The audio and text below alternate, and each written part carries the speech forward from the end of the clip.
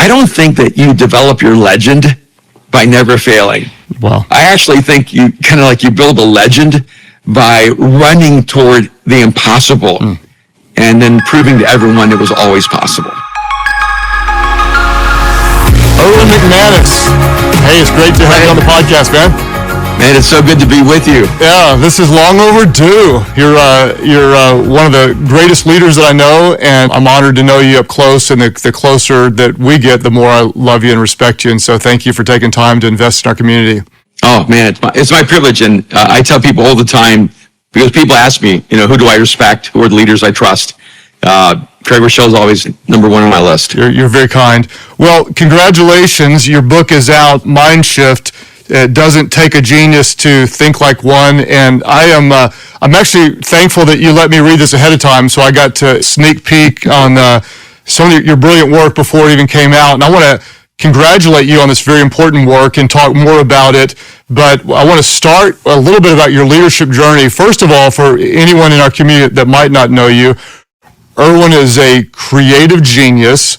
He's a rare mix of business brilliance with artistic creativity and with very strong spiritual values, which makes you unusually effective in a lot of environments where other traditional leaders are not effective. So with that lead-in, as we talk about leadership, I'd love to know, Erwin, when is the first time in your life when you recognize, oh my gosh, I might have the ability to lead? Yeah, I was thinking about that, Craig, when you start reflecting on your childhood. And I think that my first awareness was, I don't know if I'm really well-crafted to follow. and that's kind of ironic because I always called myself a very good follower in terms of when I worked on someone's team, I would really work to be a great teammate. When I had a boss, I tried to be an extraordinary employee. And I don't actually think you can lead well if you don't learn how to follow well. Yeah, exactly, yes. But there's also like that contrast. When I was young, I realized I saw the world differently. Mm-hmm. And so it wasn't that I wasn't cooperative on a team, it's that where most people were going, I wasn't interested in going. Mm-hmm. And so some of it was early on, I realized that if I saw a different kind of world or I saw a different kind of life and no one was moving in that direction, it would require me to pioneer or to move quickly. And so I can look back all the way to elementary school. I started my first little business when I was a kid. I had a bank account. I bought my own equipment. I had staff. I mean, and I'm 11, 12 years old. And so I realized very early on that I had sort of entrepreneurial leadership gifts. And I think when I was in 8th grade, I was the track coach for the 6th grade elementary track team. And so somehow, even at that age, I had been identified. And that helps sometimes when someone sees that you have a capacity to do something and invites you to take it on. And I loved coaching. I just found incredible satisfaction in helping other people achieve their own personal greatness. Mm-hmm. And I realized that I have a vicarious joy in creating environments where other people are great. I don't personally need to be great for me to experience a ridiculous amount of happiness or joy in my life. So it was very, very early on in my life. And then also, how you grew up playing pickup sports? We grew up playing pickup football, pickup track, and I was always the last person picked. My brother was always the captain of one team, and this kid next door, he was always the captain of the other team. And my brother wouldn't pick me, so the other guy wouldn't pick me because he didn't have to waste a pick on me. And so I spent my childhood being the last person picked. And I remember one day thinking to myself, I'm done being the last person picked. So we went outside, we all met in the street where we all played ball, and I remember saying, I'm the other captain. And Hugh goes, thank God, I'm so tired of losing to your brother. And he was the first person my brother picked. And I picked backwards. I picked the worst players first. And my brother was a superior athlete. He was incredibly strategic as a thinker, and he wanted everything he did. And so I took the worst players, the people who always picked last. And even in our street world, I began developing talent. And I knew if I took the worst players and I won, It was a devastating loss for my brother. And so I really realized early on that I had some leadership instincts, but they were a little bit counterintuitive. I didn't lead to win. I really led to elevate other people. And I think that was somehow something in me very early. So there's a couple things you said that stand out to me. One of the things I think a lot of leaders miss is you talked about being good at following before you were good at leading.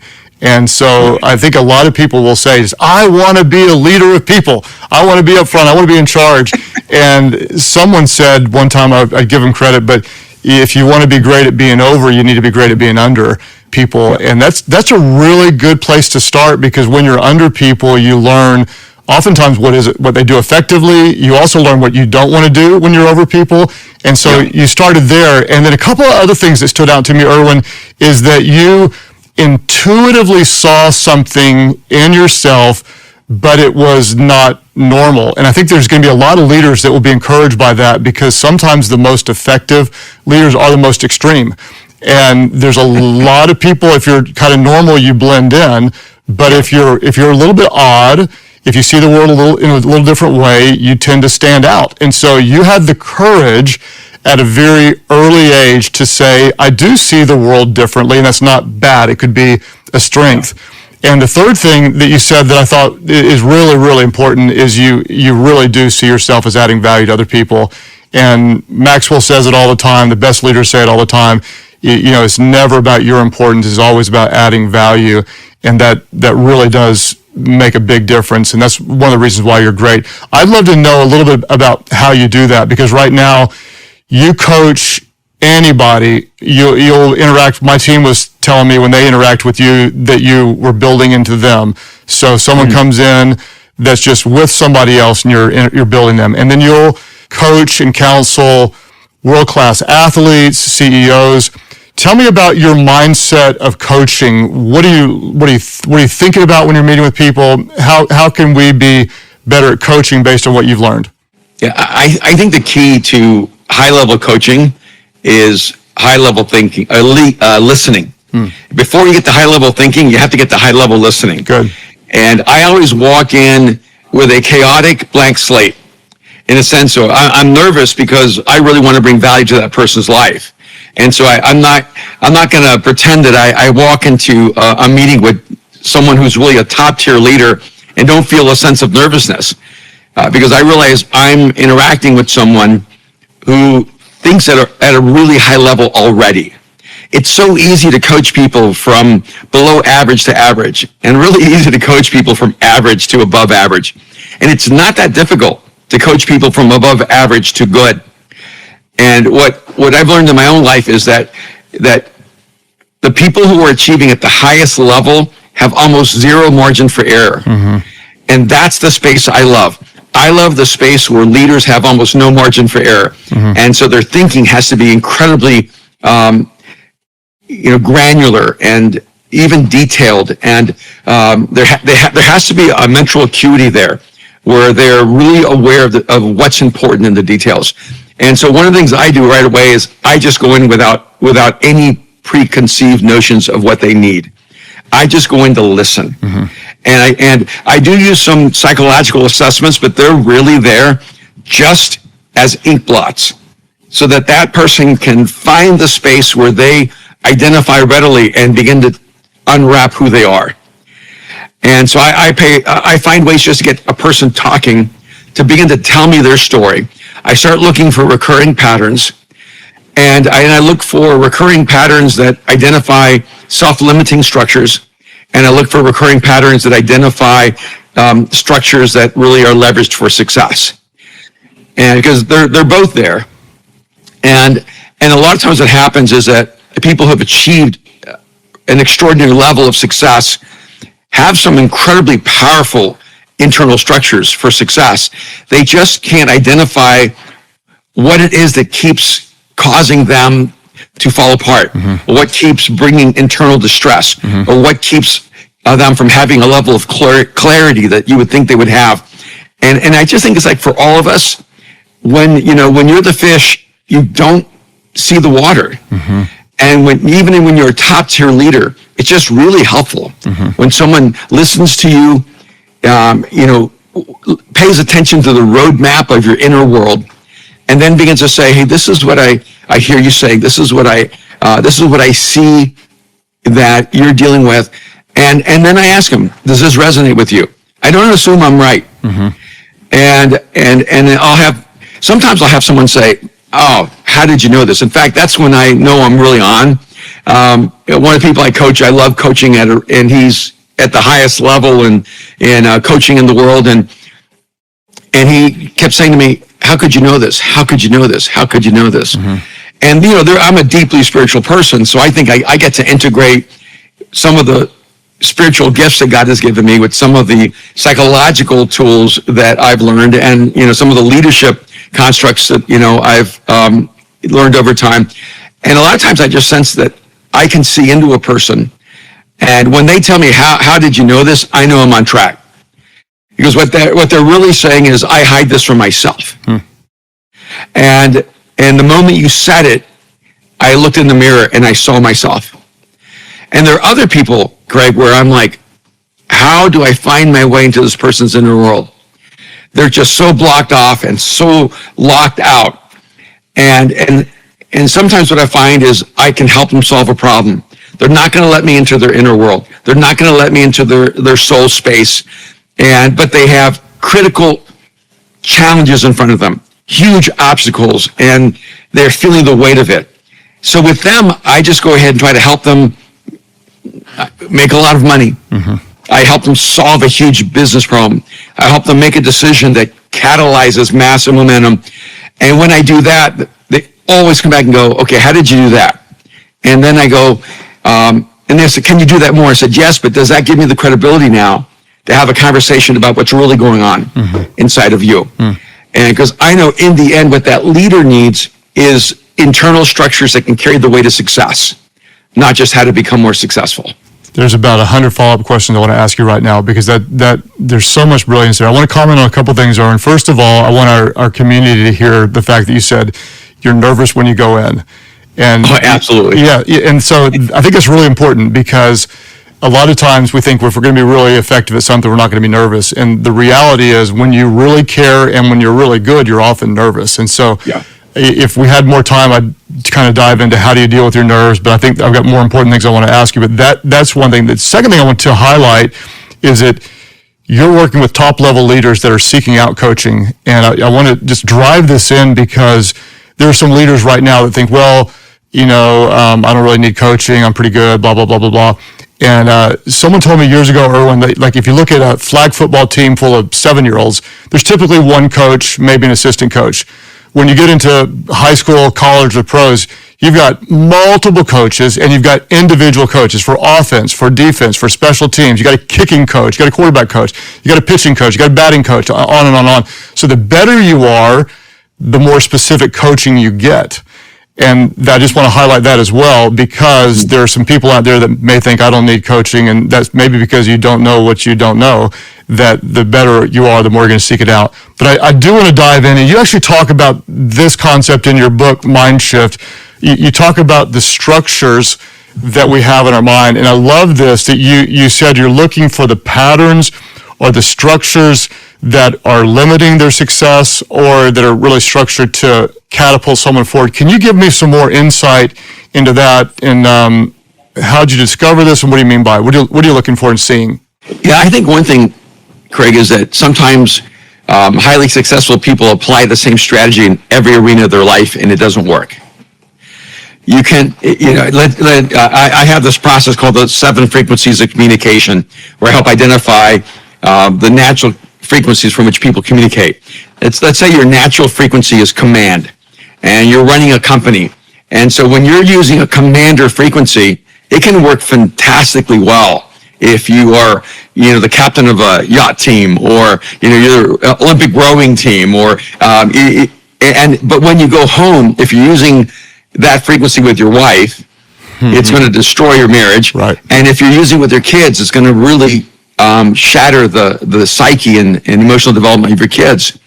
And what happens a lot of times is that a lot of business leaders who are highly driven, type A, they have a recurring pattern that's being affirmed by success. And they think, oh, this is the same pattern I can bring into my relationships, or this is the same pattern I can bring into my emotional health. I can just power myself to not be depressed, but you can't. You know, I can just power myself to deal with my lack of identity and this incredible feeling of lack of self-worth. I can buy enough cars or planes or yachts to finally help me overcome that deep sense of inadequacy.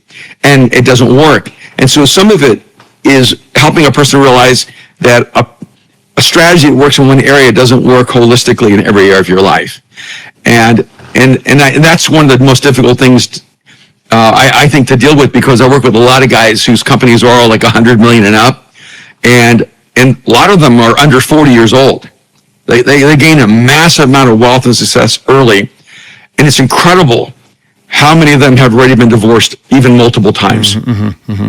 How many of them have just chosen to move into relationships as a commodity, and they try to play it up as if they're just playing the field, but what's actually going on is they've lost any sense of confidence that they can have a sustainable relationship and deal with the real issues within their own character or their own psychological structure. And so that's some of the stuff I really try to work with, but really the book deals with 13 mental structures, even though there's 12 chapters and then chapter 0. Because I always have a chapter 0, because the first chapter is a shift in reality. And, Craig, you and I both have similar paths in that we're both followers of Jesus, and we've both pastored, and we both work in a context where people have a deep faith. And you know as well as I do that one of the challenging things is when you're dealing with people who really do love God and really have a deep and honest faith in Jesus, but they're not changing and they're not growing. And sometimes it's the default mode is almost like to create a mythology or a superstition. You just need to pray more or believe more or have more faith. But it's always an indictment, as if that person doesn't have enough of that. Rather than being honest and saying, you've developed some really unhealthy mental structures. And those internal structures are what are actually limiting you from experiencing the life that God wants for you. And so the reason I wrote Mind Shift was both for people who have faith and those who do not, because I found that the same mental structures are the limiting structures both for people who believe and those who do not believe. Interesting. I'd like to hear more about that. And so Mind Shift really, it was born out of years of research, both in your own life and in working with people. So I'm guessing that of the dozen or so you talk about, that there's probably one or two that you see most often. We have ingrained a message we say to ourselves over and over again, or a way of thinking that's counterproductive to future success, or even a way that's counterproductive to thinking of living in a way that is sustainable. Would you say there's one or maybe two that stand out as being the most common things you see in high-performing leaders? Yeah, my mind immediately leaps to the chapter called "You Are Your Own Ceiling." I'm an immigrant from El Salvador. Spanish was my first language, English was my second language. I never knew my real father. I have one brief memory of him, but I'm not sure if it's a memory or a story I've heard so much that it feels like a memory. My mom remarried a guy involved in what we called creative underground economies. And he took us to a police station and convinced the police that we were robbed and that we had no identification. So I walked out McManus. So I go from being Spanish, Cardona, to walking at Irish, McManus. I live with this alias all of my life. My mom and stepdad hope that I don't remember my real father and my life before them. So they make up a scenario that they were always there and that my past memories were false. Going through all of that, Craig, I ended up in a psychiatric chair by the time I was 10 years old. Wow. In and out of a hospital for months. And for what they told me were psychosomatic illnesses. I was as shattered and broken a human being as I think possible. I wasn't on the brink of neurosis. I was on the brink of psychosis. I still, to this day, struggle with a level of night terrors where I'm wide awake and the nightmares are still with me because of trauma and experiences in my childhood. It would be so easy to point to any one of those experiences as my explanation for why I underachieved, for why I never became the full expression of my potential, for why my talent was buried under the rubble of my brokenness. But once I took responsibility for my life and I accepted that I was my own ceiling, I began realizing that external circumstances, as tragic and traumatic as they are, will never be the actual root cause for my ceiling in my life. My ceiling is my response to the circumstances. My ceiling is my refusal to allow those circumstances to define me and to be defined by my overcoming those circumstances. And I find that high capacity leaders take complete responsibility for their lives, even in areas where they should not. And I think the adage that even if it's not your fault, it's your responsibility is one of the most important mental shifts. It is the mind shift that I think may be most significant. I spent a lot of my childhood blaming. And the truth was, other people were to blame. When you're 8, you're not to blame for all the trauma and all the tragedy and all the pain you go through. But it doesn't matter if it's your fault or not. What matters is that who you become is your responsibility. And one of the things people don't realize is that whenever you blame someone else, you are actually transferring your power to them. If you're what's holding me back, then you're the only one that can set me free. If you're the cause of my ceiling, then you're the only one that can remove that ceiling. Wow. When you take responsibility for your life, you are actually reclaiming your power. And now that ceiling is a ceiling of your own making, so you can decide to remove it. That's so powerful. And I've heard even more details about your childhood and what you overcame, and it's special. And I can imagine some people with similar stories of brokenness that builds their faith to know that wherever you started, you don't have to stay there.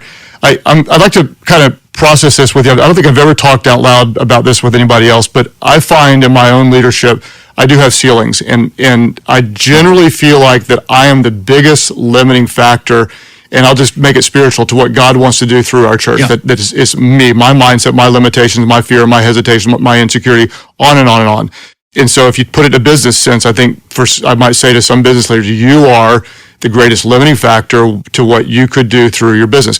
Then you find a breakthrough. For me, Erwin, it's like I'll talk to someone like you. I'll look for, in some area I need to grow in, a leader that's not 1 or 2 steps ahead of me, but are 10 steps ahead of me, because I want to get I want to get from them what they give me. I call it the gift of disorientation. It's not tweaks, like I'm going to improve this a little bit or make this 5% better, but I'm going, mind blowing, I never thought of that. And so there are categories of your leadership where you blow my mind. And what will happen is when I get a breakthrough, I feel like I get above the ceiling, and what used to be a ceiling becomes a floor. Yeah. And I'll even say that I'm standing on a new floor. Then there's a new ceiling. What I'd like for you to do right now is talk to someone who has a new ceiling and tell them, how do they identify it? What do they need to do to break through? Do you read a book? Do you find mentoring? Do you get counseling? What do you do to break through those ceilings when you become the ceiling again? Well, if someone's going to ask me, what's the first thing I need to do to break through my ceiling? I'm going to say, you need to pick up Mind Shift. All right. And read that. And but I would agree with you. Very good book. I was strangely at a bachelor party about 6 months ago. That was kind of weird because I've never been to a bachelor party. I'm 65 years old, and that's not when I should start going to bachelor parties. The fact that was your first bachelor party makes me have about 5 follow-up questions, of which I'll ask you after this interview. Keep going.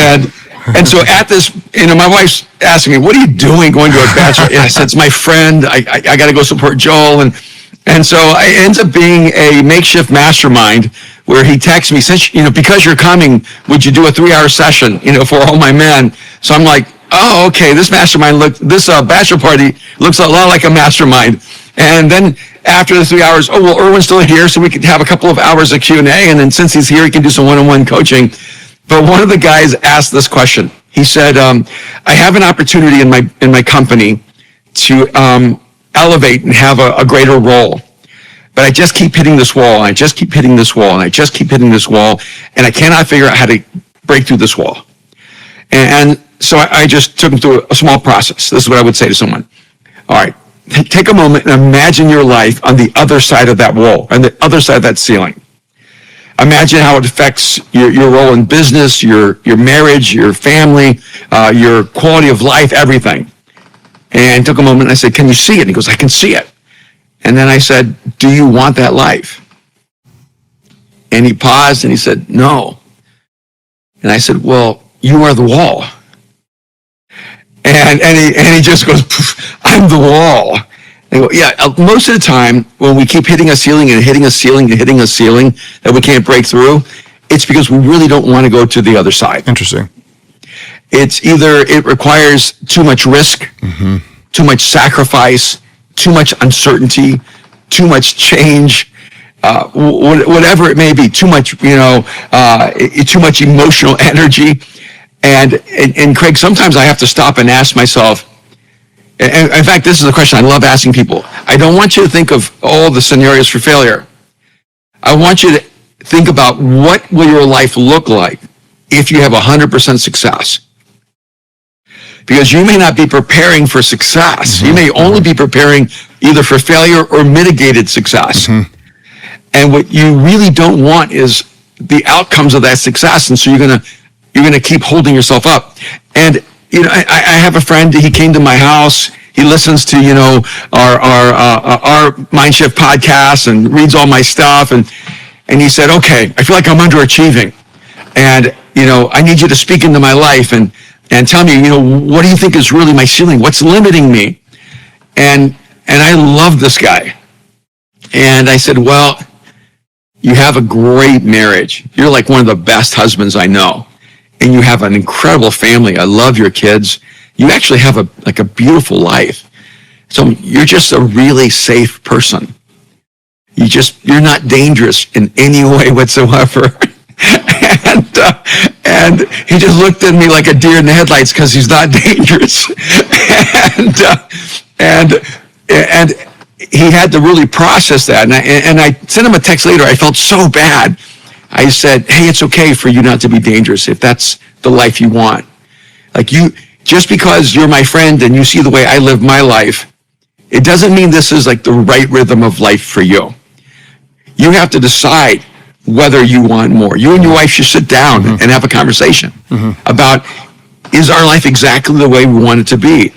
Don't feel like you need to take more risks or be more ambitious or make more sacrifices just because you feel the gravitational pull of my life. And this has been a hard thing for me, Craig, because I think everyone should aspire to be more, to do more, to risk more. But I also, with time, have realized that the life that I'm compelled to live isn't the life everyone's compelled to live. Right. And sometimes I think we pretend that we're hitting ceilings we can't break through, but we haven't yet decided we want the life on the other side. It's interesting because, I think to break through most ceilings, we have to break through an insecurity, or you may have to remove someone that's not performing well and you don't want to do it, or you have to undo a promise that you made, like, we're never going to do this, now you have to do it, and it can be it can be painful. And so I always say to myself that the difference between where you are and where you could be might be the pain you're unwilling to endure. And so that's so true. Right? You have to step into the pain sometimes. And for me, it's, chapters 1 and chapter 3 are like an ink blot. Because chapter 1 in Mindshift is, it's all about people. And then chapter 3 is, you can't take everyone with you. And I put a chapter in between so people could have a breather between those two, that dichotomy.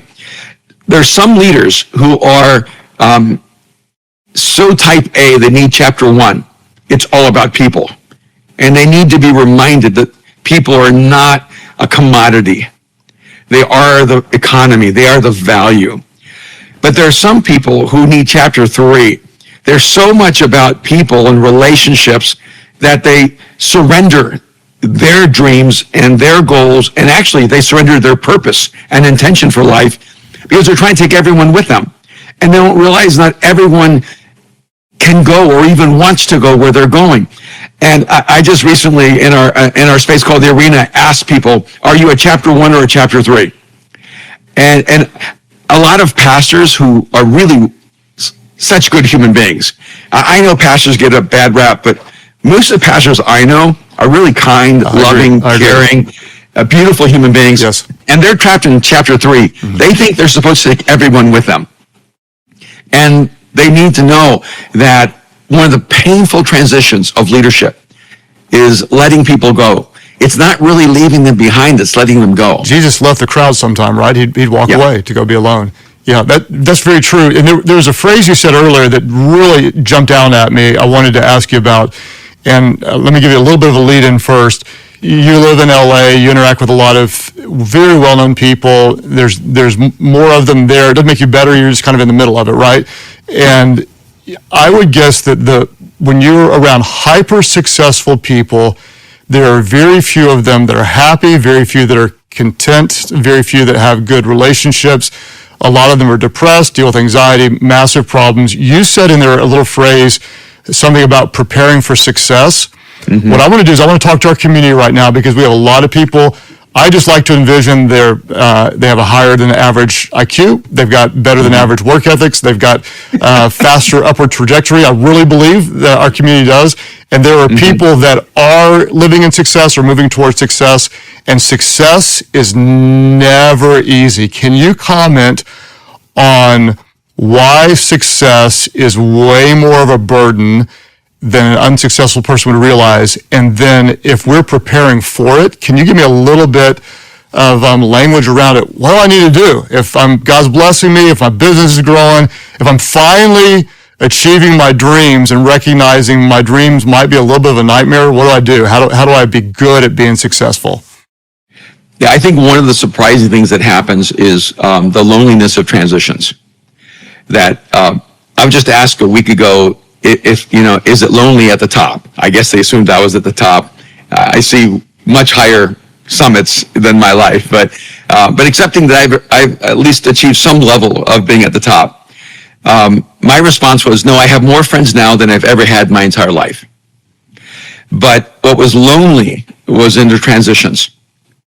Because when you're at one level of living and you decide, I'm going to discipline myself more. I'm going to take on more sacrifices. I'm going to demand more of myself, or I'm worthy of more. I think God's designed me to have greater impact. The moment you begin to elevate, all those friends who loved you as you were will not love you anymore. And they will not applaud you. And part of the reason I think that we are not prepared for success is that we think everyone who loves us in our failure will love us in our success. But there's this old phrase that, we don't probably use anymore, but, you have drinking buddies. And your drinking buddies are only your buddies when you're drinking. And when you decide to stop drinking, they decide to stop being your buddy. And a lot of us understand that psychologically, that if you're an alcoholic, you have to pick new friends. Because if your drinking buddies are still your friends, you're going to be drinking. But a lot of us have underachieving buddies. And they're our friends while we're underachieving. But the moment we decide to step up and become the person God designed for us to be, they're not happy with us anymore because they only want to have underachieving buddies. A lot of us have, satisfied with life buddies. And then the moment you say, no, I actually think I have a calling on my life and I had to step into that, you start losing those. And if you don't lose them, you'll go back to your previous condition. And so I think one of the things that people are not prepared for in success is that twilight zone in between the friends you had and the friends you don't have yet. Because what happens when you're in that transition, you're elevating, but the people above you, they're not sure if you're legit. So they're not inviting you into their friendships. And so you in a sense, you've outgrown the friends you have, but you haven't grown up into the friends you're going to have. And that's why chapter 2 is actually between the two relationship chapters. Chapter 2 is you don't need the applause. And I think that every leader who elevates and keeps destroying ceilings and then moves to the next level and destroys another ceiling and moves to the next level actually moves without applause. if you stay where you get the applause, you will stagnate. You have to keep growing through a stage where you get no applause because people aren't sure if they agree with where you're going and are not sure if the price you're paying is worth the goal you're trying to achieve. That's powerful, and that ties into this quote that I put down in my notes. You said you have to choose between acceptance and uniqueness. If you're addicted to affirmation, you'll become what others want you to be rather than who you were created to be. Talk to me about that, the difference between acceptance and uniqueness. Yeah, that quote is very personal to me. Years ago, someone came up to me and they said this, and they thought I would agree with it. They said, I'm amazed how you do not need to be loved by other people and liked by other people. And the exact opposite was true. I so desperately wanted to be loved and to be liked. And he was actually talking about all the leaders in the Christian faith. You know, he thought I just didn't care. And the truth was, Craig, I cared so much. Yep. When I became a person of faith, I was in college. You know, I never wanted to be like seen as a heretic or seen as an outlier or, seen as a rebel or antagonistic, to the movement of Jesus. And I had to make a really difficult choice. And I cannot tell you how many conversations I would have with my wife in the living room, and I would say, I think that this isn't real or true. I think our thinking is bad here, and I think I need to speak into this. And Kim would say to me, please don't say that. Please don't talk about that outside of the house. And she would try to mitigate me, and she'd tell me, honey, could you just do it this way, or could you dress this way, or could you say this? And my wife so much wanted me to be loved.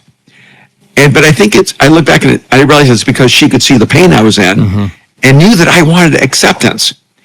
And one of the difficult choices I had to make throughout my life, Craig, is if I choose acceptance, it means I'm also choosing conformity.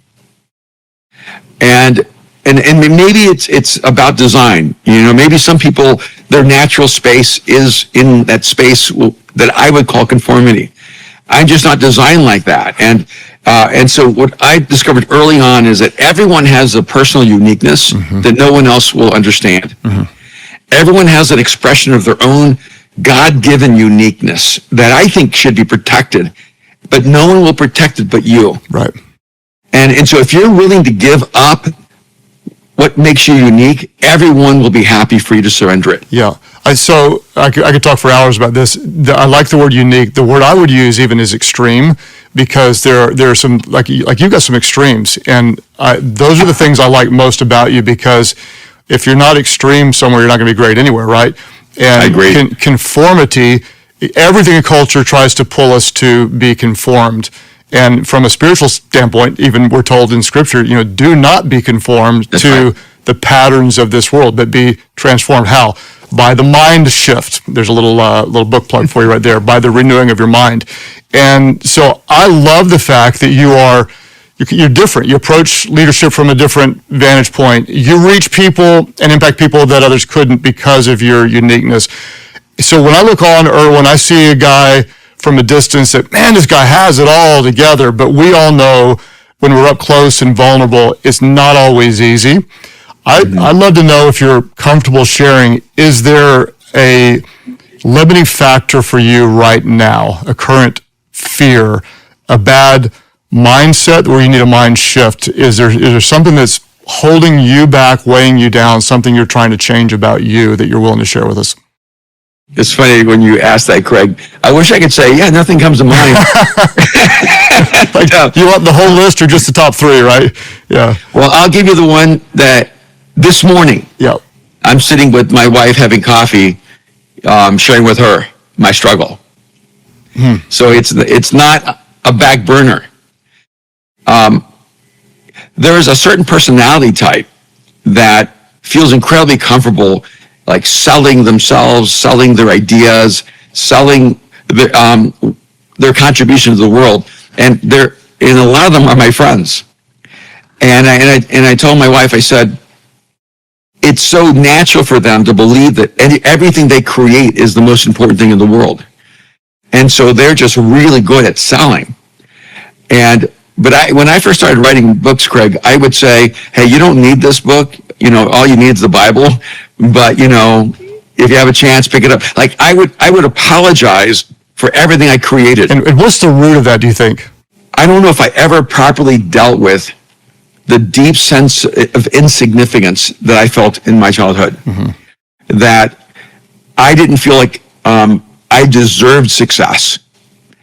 And so I do think I have that shadow inside of me that, and frankly, faith in this didn't help. It actually hurt because I wanted everyone in the Christian world to affirm what I was doing. And every time you do something different, you get a lot of haters. And I'm like, oh man, I don't ever want to dishonor Jesus. I don't ever want to do anything that reflects Jesus badly. So I have this overdeveloped conscience where I go, I don't ever want to communicate anything in a way that's improper. So it actually limits me from expressing how excited I am about something or how much I believe in something.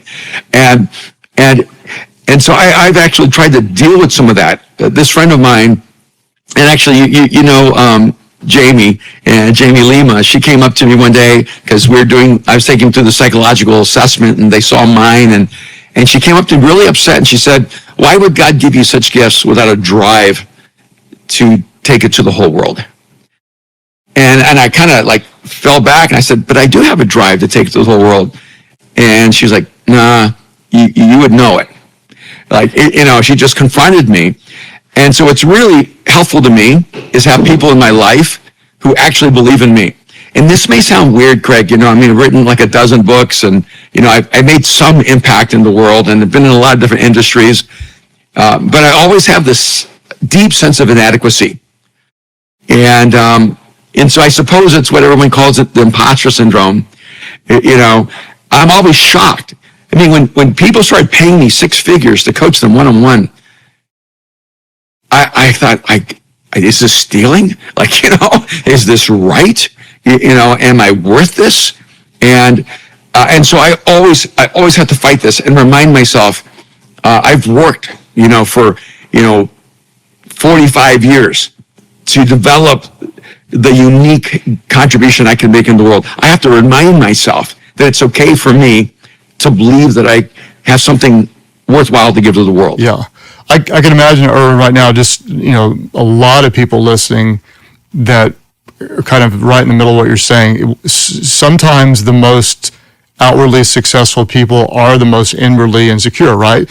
It's almost like we're trying to prove to somebody, a dad who's no longer here, a parent, ourselves, the haters from school, the people that picked you last, for whatever kickball, you're trying to prove something. And so there's almost an ongoing sense. I almost have a theory to really be God-honoring and successful. You have to have a very rare mix of deep and abiding confidence, and at the same time, a very genuine and sincere humility. And so they're both. It's not an insecurity and an arrogance. It's a humility and a confidence. Yeah, and I think it's an interesting chemical compound. If you can see behind me, I have Daredevil everywhere. And I have all these art pieces. And a part of it is that Daredevil is, I grew up with graphic novels, and Daredevil is probably my favorite superhero.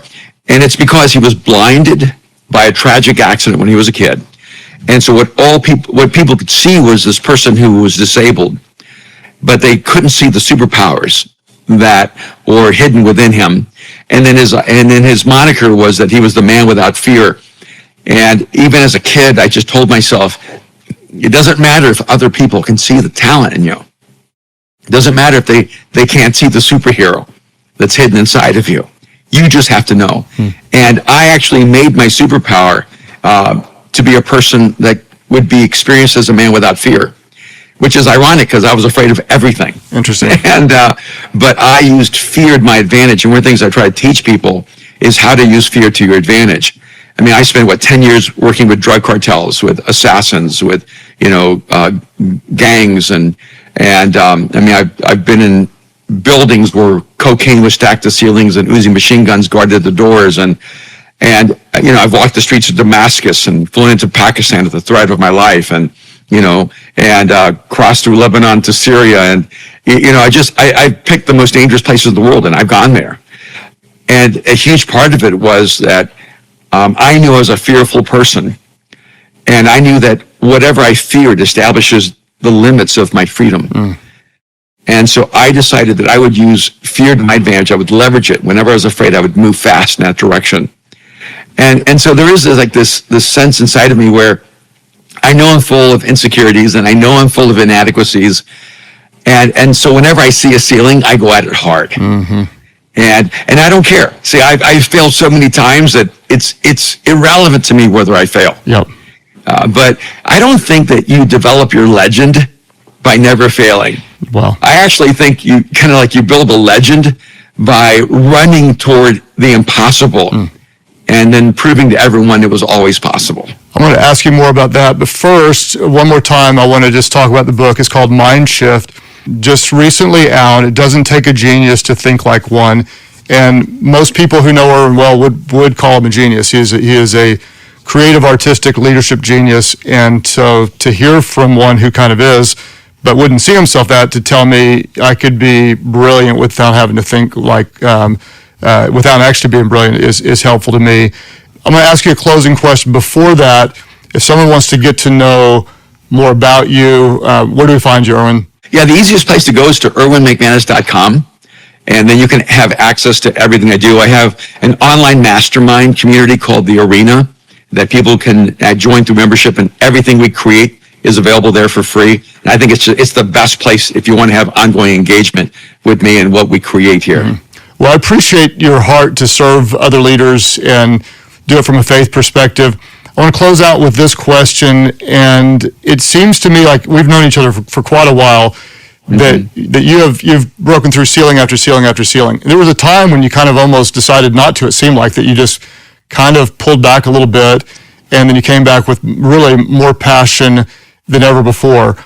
One of the things I love about you, among many, is that you have a faith-based mindset and a broader impact to help people that don't. You are accepted broadly, and you love people and help them in a way that is God-honoring, but is also doesn't repel them away, which in fact, if we do it God-honoring, it should never, but oftentimes Christian leaders don't get it right. You talked about fear, and I'd love for you to talk to somebody right now that is afraid of being bold in their faith. They're afraid of taking a risk. They're afraid of starting the ministry. They're afraid of succeeding. They're afraid of not succeeding. I've said before that what you fear the most often reveals where you trust God the least. It seems to me that you have faced fears over and over and over again. You're nervous walking in. You don't feel like you're worthy enough, but you continue to get things done. Talk to me, build my faith to overcome my fears, to get a little mind shift, and to truly become the person I was created to be. That's a big question, Craig. And I would say, first of all, fear is a wonderful reminder that we're designed for faith. Because all fear is a negative projection of the future. And so fear is the shadow side of faith. So when a person says, I'm not a person of faith, I can guarantee you they are a person of fear. And because something fills that space where you engage the future. And for me, once I realized that I lived in a relationship with the creator of the universe, and that he designed me to be a part of the creative process, and that the future wasn't something to be feared, it was something to be created. It was something to be engaged with hope and optimism, with compassion and generosity and courage. It just made me so excited about life. Every day you should wake up knowing that you're a created being that's created to create. In the same way that bees create honey and silkworms create silk and beavers create dams, humans create futures. You are designed by God to be a part of the creative process of creating a beautiful future. Whenever you're filled with fear, it means that you have allowed the vacuum of your creative essence to be shaped by such negative thoughts and a negative view of yourself, of God, of the world, and of the future, that you're going to actually create the future you fear. And so it's so important. And I don't know, honestly, I don't know how someone does this life without Jesus. And, for me, Jesus is not supplemental. Jesus is essential.